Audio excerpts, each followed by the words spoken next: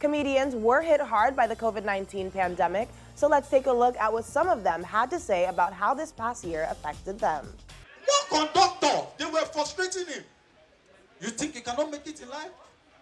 Study hard. Study. Conductor now said, okay, maybe let me try IT. Inside the building, Antititi, economic computer. So that one was teaching him the basic. When they opened the lockdown the first time, the guy just came outside, started calling people inside his mall. Oshodi, upload. Jokes themed around the 3 months pandemic lockdown and the social distancing guidelines that followed dominate as comedians gets in front of a physical crowd again. Now so now hype 2020. 2020. You notice that people humble this 2021. Even church humble. You know what before 2020 my year of maximum elevation. My year of superlative flying. When 2020 show his head. You know the new year for church? 2020, my year of walking small with the Lord. 2021, my year of submitting to the will of God. For over a year, stand-up comedian Fagade Olufemi, popularly known as Omo Baba #1, has been forced to stop his weekly comedy club show on Not Your Tie as the world battles the raging COVID-19 virus.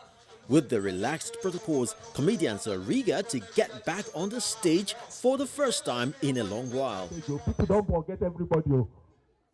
Nobody they remember anybody, especially in Lagos. Entertainment is locked down. They say, ladies and gentlemen, make some noise as I welcome on stage. Even the person with they welcome, no, say na him. Whiskey! Whiskey when they look, say, who is Whiskey? They say now you now, Starboy. Say, oh, I don't know. Sorry, I forgot it. I thought my name was Davido. Well, I need to let you know that, doing what you love to do and you are down for 1 year, 1 whole year without doing it, you have more crowd coming. We have to keep to the COVID rules now. But let's just start. Let's just hold the microphone again, and that is why we are back again. And that's why this comedy club has come to stay again. We said we are going to lead by example. We have to listen to the government, so we shut down for a whole year. Employment and businesses that couldn't move online immediately were worse hit.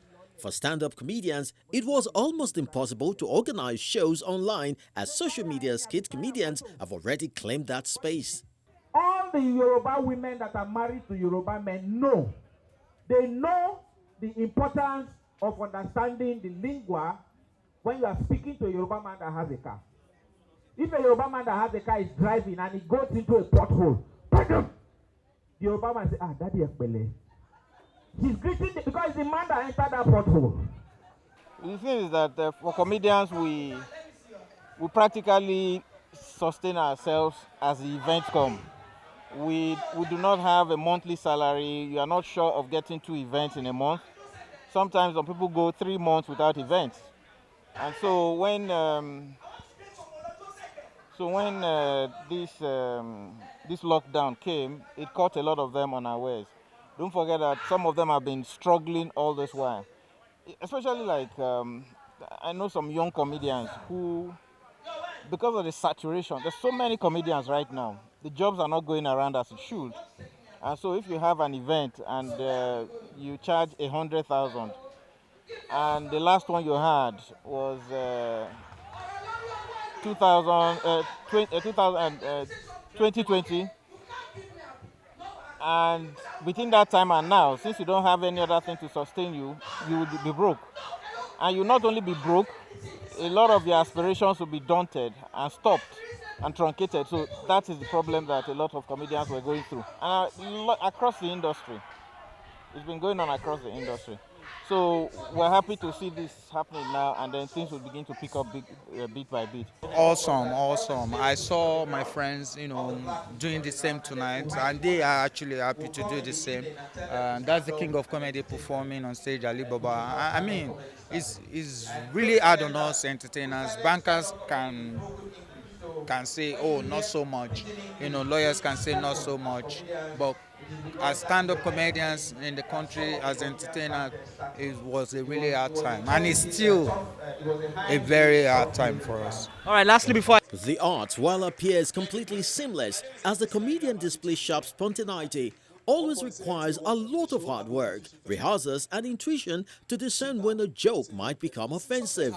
Success has friends, or friends and family. If you fail like this, everybody go throw away face. And that's why the guy is arrogant. Like if I had failed, some of you even prayed for me to fail the last time, but I did it. Now I'm successful, everyone is trying to find.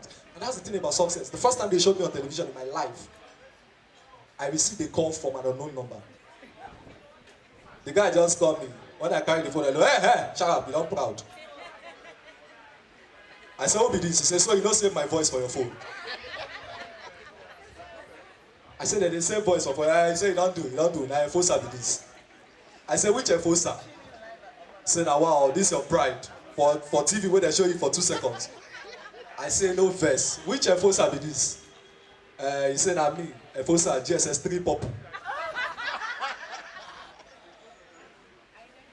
I said, how can I help you? He said, I just want to remind you. He said, nah me, you copy for junior YM. If you have a talent and you do not harness it, then the talent dies. I always like to compare comedy to football. You can be talented, and if you don't train, everything goes down the drain. So it's a mix of talent and a lot of hard work, and consistency as well. Yeah, so we're here. Comedy in the first place is, apart from the entertainment factor it has, the ability to make you laugh, it also has a way to inform you, has a way to educate you, has a way to make you learn. Sometimes you hear a comedian say stuff, and you get new information. You hear something you've never heard before. And if you look at what we do these days, you find out that we try to teach, we try to impart, we try to, redirect opinion, in one way or another.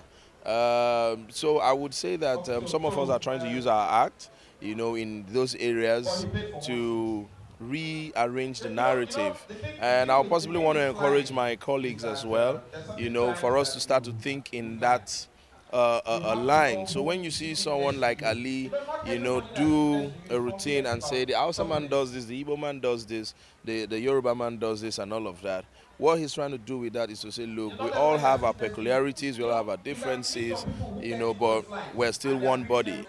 While the crowd is still small owing to the regulation around gatherings in Lagos, this event is a big step towards regularizing the new normal.